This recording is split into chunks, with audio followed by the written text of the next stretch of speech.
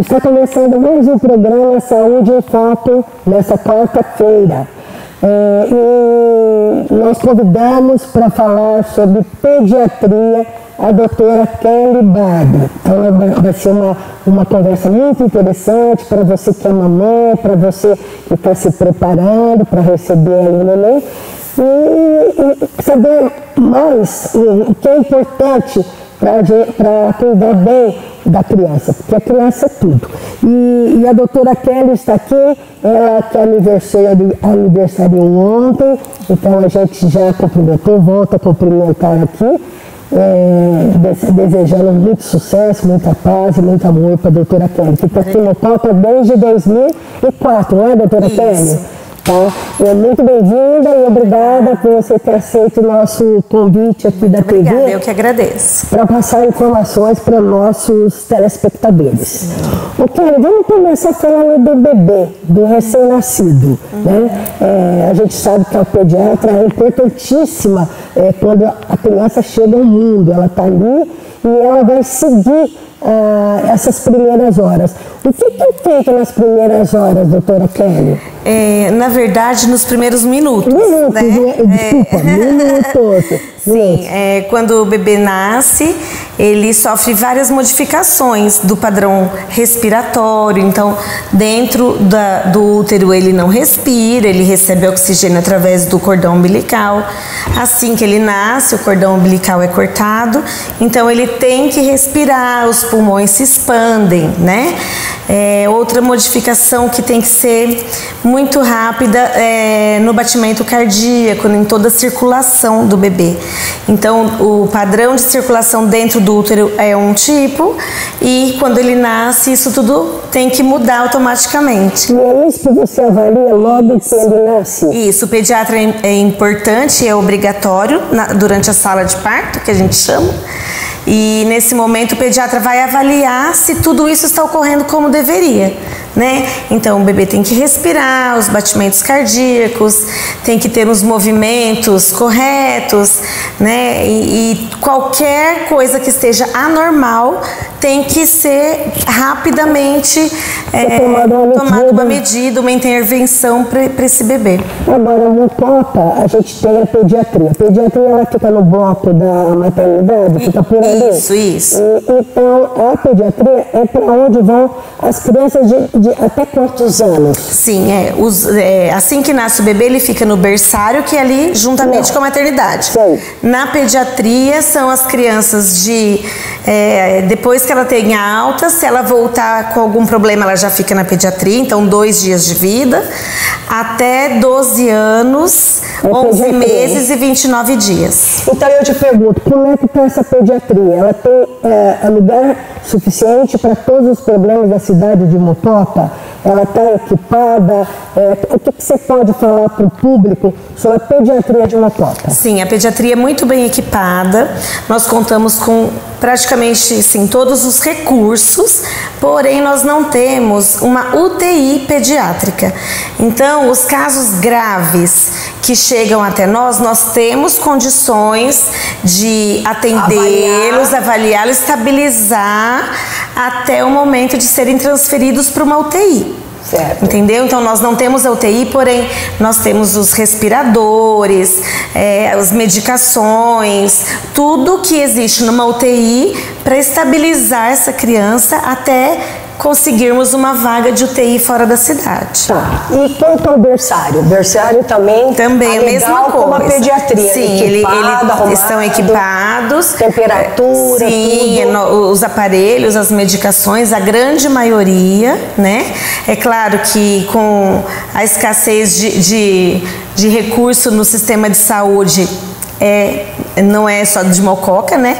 É do Brasil todo, então alguma coisa pode ser que falte, mas a gente consegue ter um recém-nascido prematuro, um recém-nascido que porventura aconteça alguma coisa mais grave, a gente tem a condição de estabilizar até encaminhá-lo para uma UTI neonatal. E uma equipe que cuida do berçário também. Sim, tem. Né? Que tem que ser bem capacitado. Sim. Agora, já que nós estamos falando nisso, houve um movimento na cidade de Mococa para se conseguir uma UTI neonatal.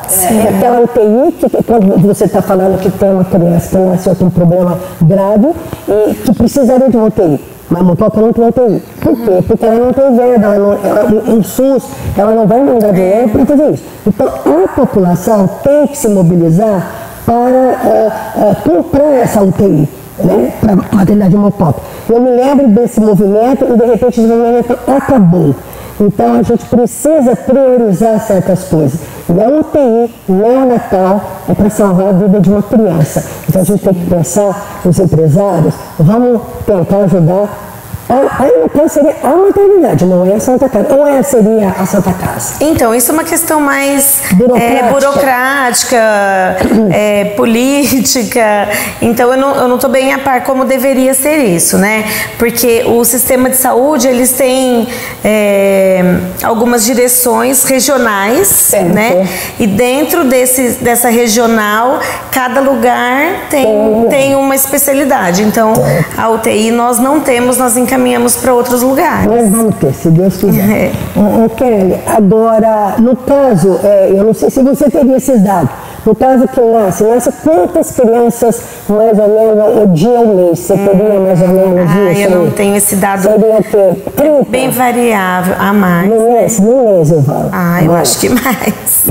E desse daí, você acha que existe uma possibilidade pequena de criança que nasce com esse problema, necessidade de ir embora de Mococa? Olha, eu acho, assim, não tenho dados concretos, mas ao meu ver, estão nascendo cada vez mais prematuros, né? E o prematuro exige geralmente precisa de uma UTI.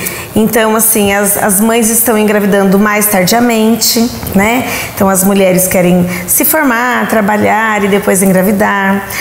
Tem também o uso de drogas, o uso de algumas medicações que também podem promover a prematuridade. Então, vários fatores estão levando ao maior nascimento de prematuros. E aí cuidado, né? Isso, e aí os prematuros, assim, não são todos, mas alguns precisam ser, ou já serem encaminhados para nascer fora, que seria o ideal, né? Aqui na cidade nós temos os obstetras que fazem o pré-natal. Eles já encaminham a mãe que tem algum problema para fazer o pré-natal fora e aí ter o bebê num lugar com mais recursos, que seria o ideal. Mas às vezes acontece assim, de ser muito rápido. De informação, às vezes, assim, tá tudo preparado para nascer lá, mas acaba nascendo normal aqui. E aí a gente tem que se virar e transferir. Então, eu acho que está aumentando, sim, mas eu não tenho em números para te falar. Agora, Kelly, vamos dar, você como pediatra aqui na cidade de Mococa, quais as dicas para a mãe? Porque quando é uma mãe de primeira viagem é complicado, porque ela chora, se desespera, a criança chora. Então, a criança, é normal chorar, é normal, sei lá. Então, quais seriam as dicas para essa mãe? Porque a febre é uma coisa que assusta muito a mãe, né? Sim, é um sinal de alerta? Sim, a febre é um sinal de alerta, porém, não é no primeiro episódio de febre que deve sair correndo com a criança. Então, as mães que estão nos assistindo, por favor, acalmem seu coração, conversem com o pediatra para saberem o que vocês fazerem. Então, assim, a criança tem uma febre.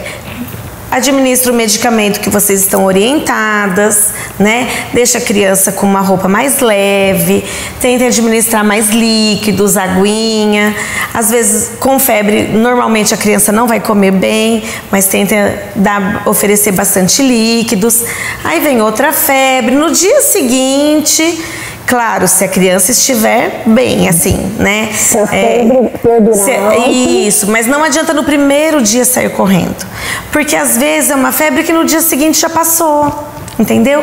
Às vezes a criança vai correndo lá na UPA para ser avaliada num primeiro momento, tem outras crianças doentes, ela vai se contaminar.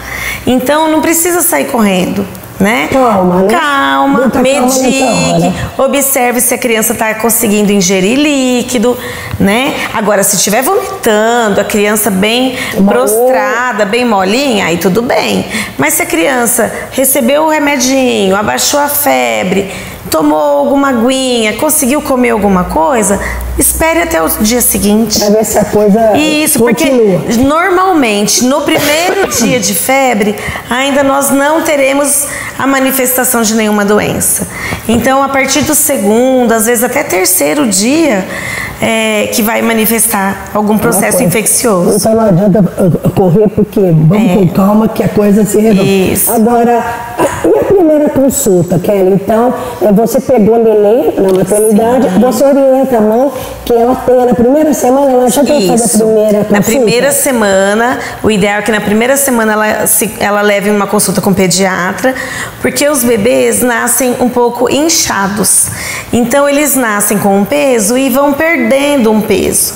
Então, no dia que recebe alta, ele já está um pouquinho com peso um pouco menor. Eles perdem cerca de 10%.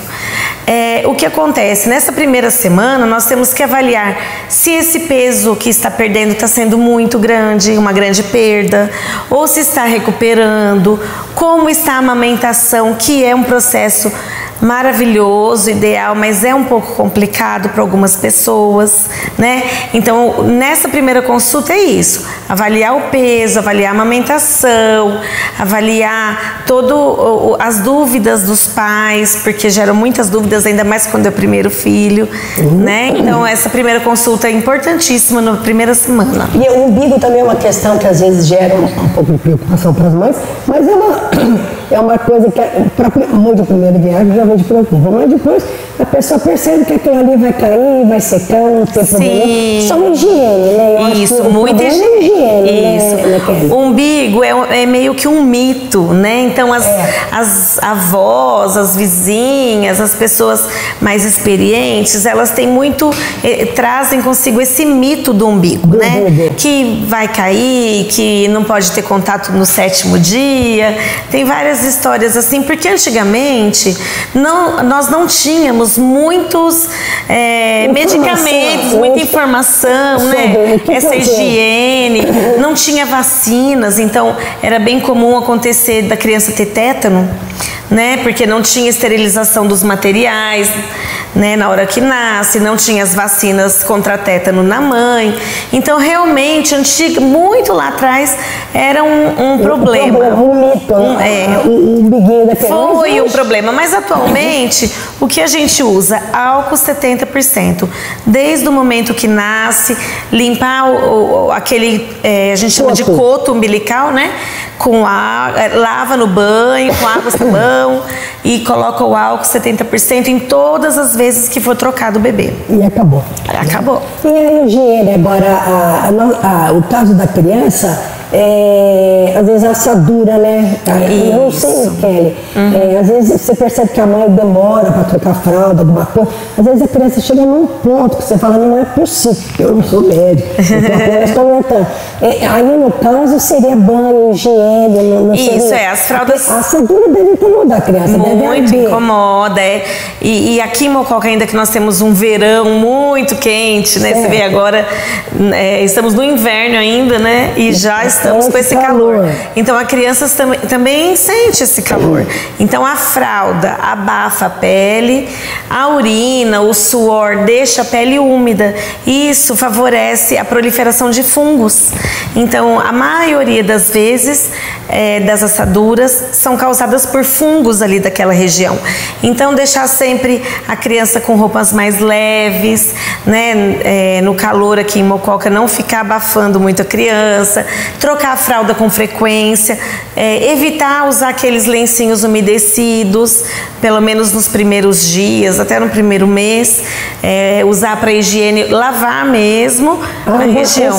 Água e sabão. De preferência sabonetes neutros, evitar essas marcas famosas que tem cheirinho de bebê, porque elas têm muita química e agridem mais. A pele do bebê é uma pele muito delicada. Então, tanto a roupa que lava, a roupinha do bebê tem que ser lavada com sabão neutro, sabão de coco, e o bebê tomar o banho, usar também sabonetinhos neutros, de preferência líquidos.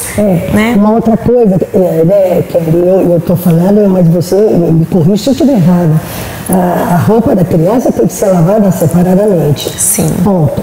2. Precisa secar e precisa ser passada a ferro. Passada a ferro, exatamente. Porque senão pode dar uma micose, uma coisa na pele da criança. Uma coisinha muito sensível. É um detalhe que faz toda a diferença, né? Às vezes a gente encontra na maternidade crianças com a roupinha com etiqueta. Assim, o selinho, sabe? Selo da etiqueta. Quer dizer, não foi lavada. Então, as mesmas roupinhas novas têm que ser lavadas com sabão neutro, sem amaciante. O bebê não deve receber perfumes, talco perfumados, nada disso. A pele é muito sensível. Isso tudo vai criar um problema para o bebê.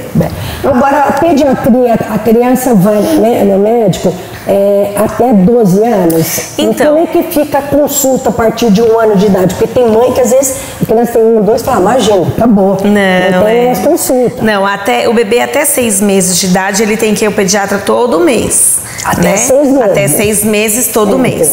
Depois vai de 2 em 2 meses e depois de 1 ano a cada 3 ou 4 meses. E isso, e aí depois de 3, 4 anos, uma vez a cada 6 meses, depois uma vez por ano.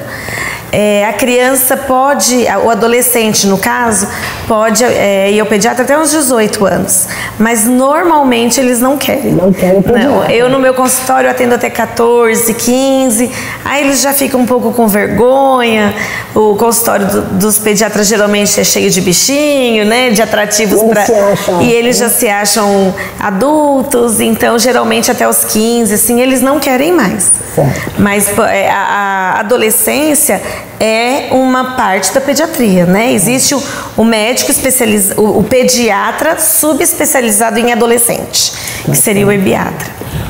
Kelly, uma outra questão é a questão que a gente observa, né? Que fala, meu Deus, e que você poderia dar essa informação no sentido de alertar as pessoas. A mãe que fuma em cima do nenenzinho. E como é que fica essa fumaça, essa nicotina, ou mesmo no ambiente dentro de casa? Faz muito mal, não faz? Muito mal desde a gestação, né? A mulher que fuma já faz mal para o bebê desde a gestação.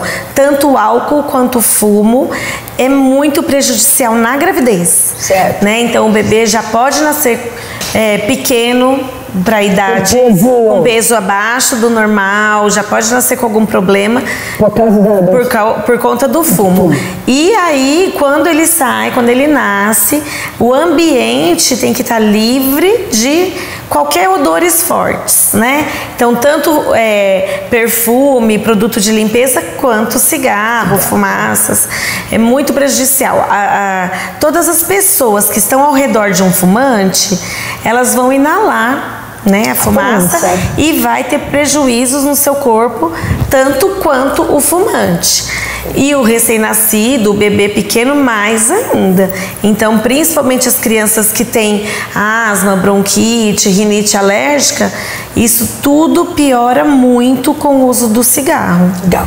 Agora, uma outra coisa é a criança pequena em festa, em ambiente fechado, dentro de igreja, dentro de supermercado. Qual a mensagem que você tem, Kelly, para isso? Não devemos levar as crianças, principalmente até uns 2 meses de idade. Eu sempre oriento assim para as famílias que vão ao meu consultório. Se você vai à casa de um avô, da avó, que você tem certeza que não estão doentes, né? Não estão resfriados, não estão com febre, nada. Mesmo assim, todo mundo deve lavar as mãos, passar um álcool em gel, talvez até usar uma máscara, como nós fizemos durante a pandemia, para pegar o bebê com segurança. O bebê não tem imunidade nenhuma, né? E não deve sair muito de casa. Na casa de familiares, com muito cuidado. Agora, em igrejas, em salões de festa, em aglomerações, em locais fechados, isso é muito complicado, porque a gente não tem esse controle de quem está doente, né? Então, evitar ao máximo. Ao máximo. Agora, um outro ponto que a gente não pode deixar de falar é a vacinação, porque a criança, quando nasce, ela já tem que começar a tomar as vacinas. Minha mãe, ontem eu estava vendo uma reportagem, hoje em dia as mães estão trabalhando ou no comércio informal, então estão assim um pouco sem tempo de cuidar dessa parte. E qual a orientação, Kelly? Você recomenda e tem que vacinar. A criança, ao nascer, ela já recebe lá na maternidade a vacina contra a hepatite B, a primeira dose, né? São 3 doses. Primeira dose lá na maternidade. Na hora que nós damos a alta para o bebê, nós já orientamos ir no posto de saúde para receber a BCG, que é contra a tuberculose. Então, ali na primeira semana, ela já tomou 2 vacinas, né? E isso é obrigatório, isso é cabível de punição pelo Conselho Tutelar e até ser levado isso para Promotoria de Justiça. E isso existe no Brasil o Programa Nacional de Imunização, que a gente chama pela sigla PNI. Isso é muito sério, é muito bem estruturado. O Brasil, nesse ponto, ele é um exemplo para outros países, tá? Tanto a fabricação como a importação de vacinas do Brasil, isso tudo é muito sério. Então, todas as vacinas aos 2 meses, 3, 4, 5, 6, 7, 9, 1 ano, são várias vacinas contra várias doenças que estão praticamente erradicadas no Brasil. Então, elas estão erradicadas por conta das vacinas, né? Agora, no final do mês, nós vamos dar início à campanha de vacinação contra a poliomielite, que é uma doença que está erradicada no Brasil, porém, corremos o risco de ter novos casos devido à baixa procura das vacinas. Então, a vacina é um item essencial, gratuito, né? Então muita gente reclama de tanta coisa que é difícil, é paga, isso. A vacina é gratuita, a vacina é de graça. Doutora Kelly, bom, a criança, essa parte de vacinação contra a polio é até de 5, a partir dos 5 até 10 anos. Essa vacina? Não, essa vacina a partir de 6 meses a 5 anos. Então, de 6 meses a 5 anos, quantas doses de polio ela tem que tomar? O bebê recebe com 2 meses, 4 meses e 6 meses, ele já recebe a vacina no esquema normal, certo, né, de vacinação. Aí ele recebe um reforço com 1 ano e 3 meses, outro reforço aos 4 anos, e as campanhas anuais de poliomielite. A mãe tem que levar. É obrigatório. Obrigatório. E aí o que não leva, a criança acaba correndo o risco de pegar alguma doença. E de transmitir para os demais. Né? Então, é uma coisa muito séria. Até no meu ponto de vista, eu acho assim, quando existe uma programação de vacinação muito, muito importante, e que você vê que as mães não vão, que as crianças não, eu acho que tem que ir para as escolas.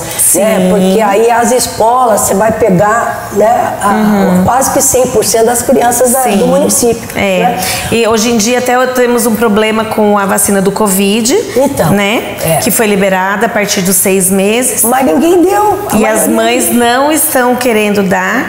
E isso está se tornando um problema, porque nós temos casos. Recentemente teve um grupo que meu filho faz aula com eles, que vários professores estavam com Covid. A criança deve ter levado. Né, provavelmente alguma criança levou. Eles rapidamente identificaram, fecharam o local, fizeram o teste, tudo certinho.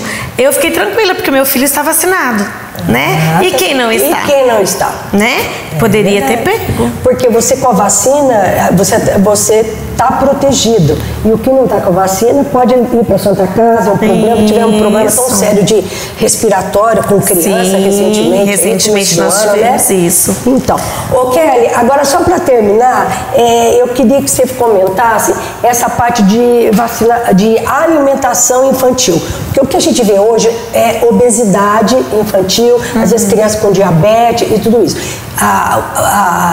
Então, precisa de haver um controle. Por exemplo, vamos começar, quando a criança está amamentando, a mãe está dando peito, ela acha que tem que dar mais alguma coisa, ela acha que tem que dar água para a criança. Então é uma coisa que sempre as pessoas perguntam. Isso. Então eu queria que você falasse da alimentação. Então, a recomendação da Sociedade Brasileira de Pediatria é que o bebê seja amamentado com leite materno até 6 meses exclusivamente, sem água, sem chá, sem nenhum outro tipo de alimento.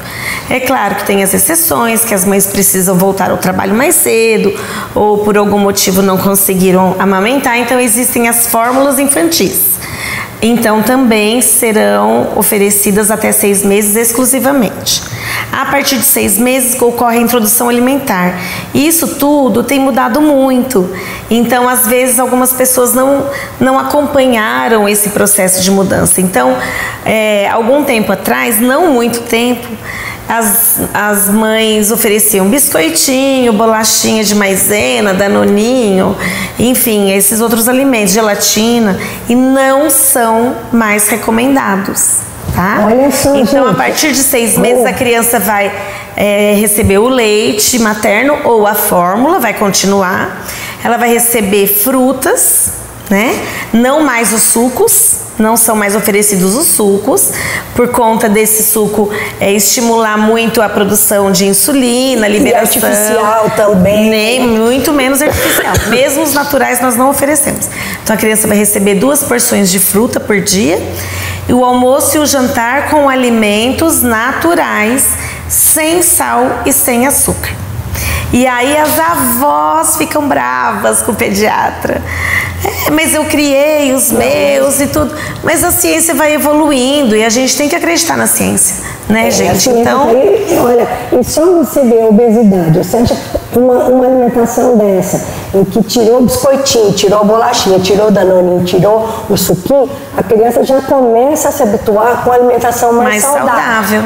Mais tarde, se você oferece uma fruta, a criança não aceita, ela quer a bolacha. Exatamente. Né? O Então, sabor é muito mais intenso, né? E tem que ser uma questão de hábito também. É hábito. E assim, a gente vê muita gente oferecendo refrigerante. Nem o suco natural a gente não pode, quanto mais o refrigerante. Então, a recomendação é sem nada de açúcar e de sal até 1 ano.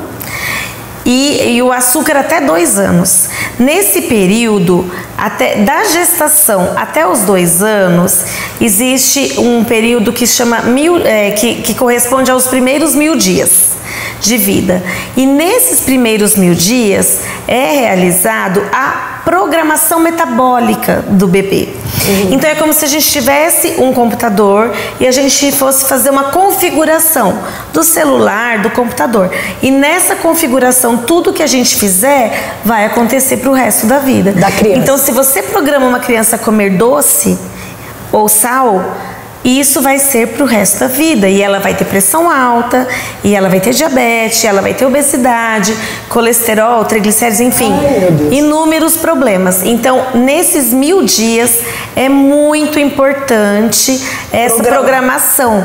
Então, tem que ser sem sal e sem açúcar, sim. Ah, coitadinho, ele vai ficar com vontade. Ele não vai ter vontade do que ele não conhece. Eu imagino os pediatras, né, nessa tarefa para colocar isso para a mãe e para a avó.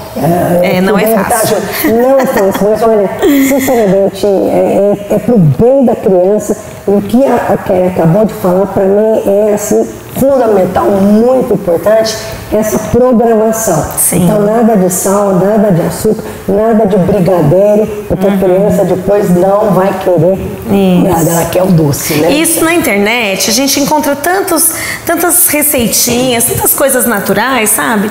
Então, o mingau que é adoçado com a fruta, não precisa de açúcar. Uma banana bem madura, amassadinha no mingau de aveia. Então, existem bolos feitos também que são adoçados com a fruta, com farinha integral. Existe tanta coisa boa, saudável, indicada. Então a gente procura às vezes cada bobagem, né? Na internet, vamos procurar uma coisinha legal. Ai, que bom, olha, foi muito bom, doutora Kelly, conversar com você. Obrigada. O assunto nosso é assim, sobre essa área Eu acho que deu para dar bastante informações para os nossos telespectadores. E aí, numa outra vez, a gente entra com foco e lembrando da vacinação, que logo a gente vai estar envolvida aí. Isso. A doutora Kelly. Dia 30 de setembro começa a campanha da poliomielite. Então as mães ficam atentas para levar as crianças. Vamos fazer um barulho aí. E as mães que tiverem dificuldade quanto ao trabalho, no dia 7 de outubro será o dia D, que é um sábado, e os postos de saúde estarão abertos para então não tem como desculpar. Vamos marcar essa data esse sábado. Certinho. Um abraço, Kelly. Muito obrigada pela sua participação aqui. Até a próxima.